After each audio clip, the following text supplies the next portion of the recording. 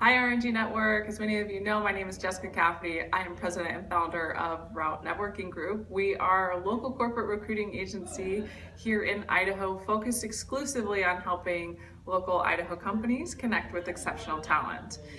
Today, we're launching our YouTube channel. We kick it off with two different videos. Both are interviews with my friend and fellow RNG supporter, Shauna Potter. She's going to walk us through, on the customer side, how you can recruit and retain millennial talent. And then on our candidate side, she's going to help you as a job seeker to better position yourself when it comes to looking for that next career. Thanks so much for tuning in. We appreciate all your support, and enjoy.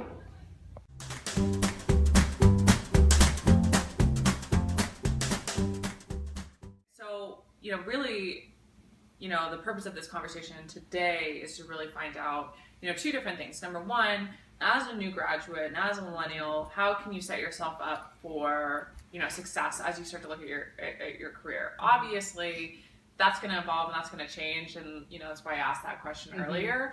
But how can we help our candidates set themselves up for, again, being in a position where they can grow in that career and they can have that sort of flexibility? But then on the other side of that, we also really want to find out from you, some of your take on recruiting for the millennial workforce, because obviously as a millennial, I think you have a great kind of perspective on what that looks like and how a company can align themselves better to attract that sort of workforce.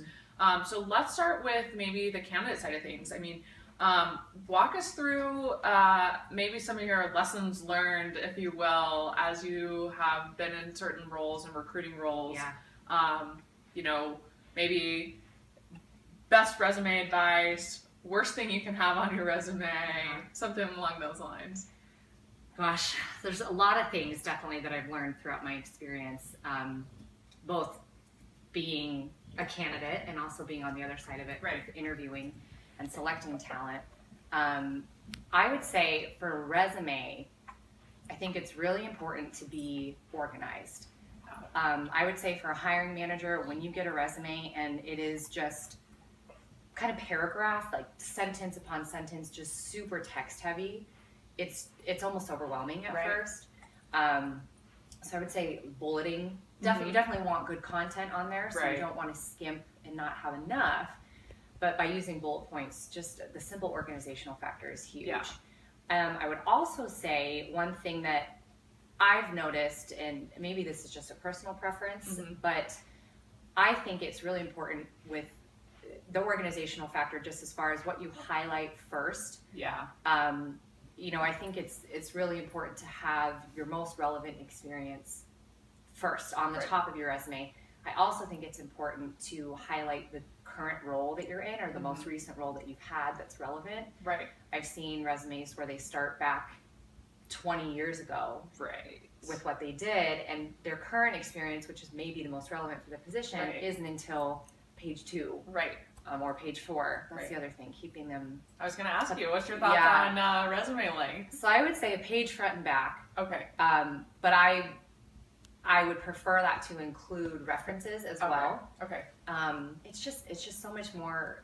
It's just so much easier as a hiring manager to navigate through that, especially if you have a lot of resumes that are coming in. If you have one that's organized, it's just one page front and back. It highlights the most relevant experience for the job. That's really what kind of gets you past that first round, if you will. Thoughts on objective statements? That's so funny you asked that. I had somebody ask me that the other day. I don't think it's a deal breaker to not have one on there.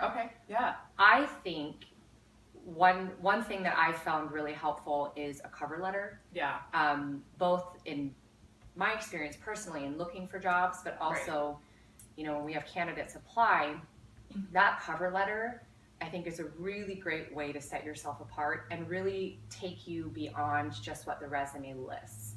It really gives you the chance to explain a little bit more around why you want this job. So it's a deeper dive into the objective and gives you the better opportunity to really sell yourself as to why you'd be a good fit, and kind of highlight a little bit more beyond just what's listed on your resume. Definitely. So I would say cover letter over objective. Yeah. You had to choose between the two. Right. But I don't think an objective statement's bad by any means. Right. Okay.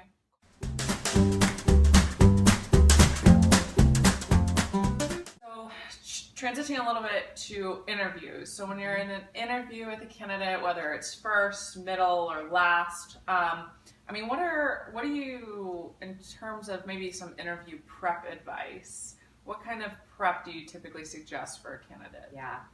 I think prep is really important. Yeah. The more you can prep and the more you can kind of put yourself in like a mock interview situation, Yeah. the better it will go. I would say most, at least from my experience, you may know differently, a lot of employers tend to use behavioral type interview Right. questions. So tell me about a time you had to deal with a difficult coworker in the past. The more you can have kind of a set of answers for those types of questions, the more you can think about it ahead of time. I know for me, I've bulleted out, okay, here's what the situation was. These are the specific actions that I took, and this was the outcome. Being prepared with those types of examples where you really highlight your role and you really can tell them what you bring to the table, the more comfortable you're going to be in the interview when they ask that kind of question. You can just think, okay, I've already practiced. I have this bank of 10 or so examples. Right. And you can usually, you don't know what kind of questions that you'll get, but if you can kind of think of general characteristics around, good example with communication, kind of related to competencies. Right. Communication, being able to work through conflict, deal with change, leadership type examples. Also thinking of examples where maybe you made a mistake and how you did recover from that, because that usually comes up in interviews. And then practicing it with somebody.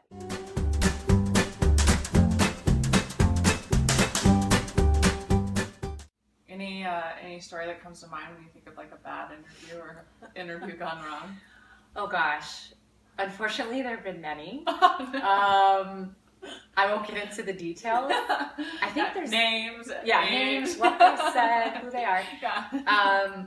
I think there's a couple of things that have come up. At the first, which is just basic, but you'll be surprised with how often this happens. Keep things PG. Oh, yeah. I think sometimes, and I think this is actually characteristic of the millennial generation. Right. We are very well intentioned by wanting to really connect with the interviewer, right, and be personable and kind of hit it off from that aspect. And sometimes we get too personal. Yeah. Oversharing can be a big red flag, and it can take you down a road where suddenly it just becomes very inappropriate. Yeah. And that it's definitely a turnoff for an employer. But I would say another thing that I don't think that people realize happens as often as it does is, when you're applying for a job, really making sure that you understand kind of yourself and your skills and your abilities, and then what the role has as far as the skills and abilities required for that. Right. And understanding whether or not you're going to be a match. Because I think oftentimes, people jump in, they want to interview, they want a job, and they'll kind of go for anything, and it might not be what the best fit is for them. And as an interviewer, you'll ask them the questions around the skills and abilities that you need to have for the job. Right. They'll usually consistently answer, and you'll kind of get a theme for how they handle different things. Right. And then maybe you ask them a question at the end that's, so, tell me why you'd be the best fit for this position, or tell me more about your skills and abilities that, you really feel are the best for this position. Right. And candidates will say what they think you want to hear, but it doesn't match up at all with the answers that they've given throughout the interview for the other questions with behavioral examples. Yeah. And I would say for more experienced hiring managers or employers, you notice that discrepancy. Yeah. Right. And it becomes an issue of, are they really going to fit with the company, with this job? If for some reason that isn't noticed, as a candidate, you get into that role thinking, oh, this is going to be great.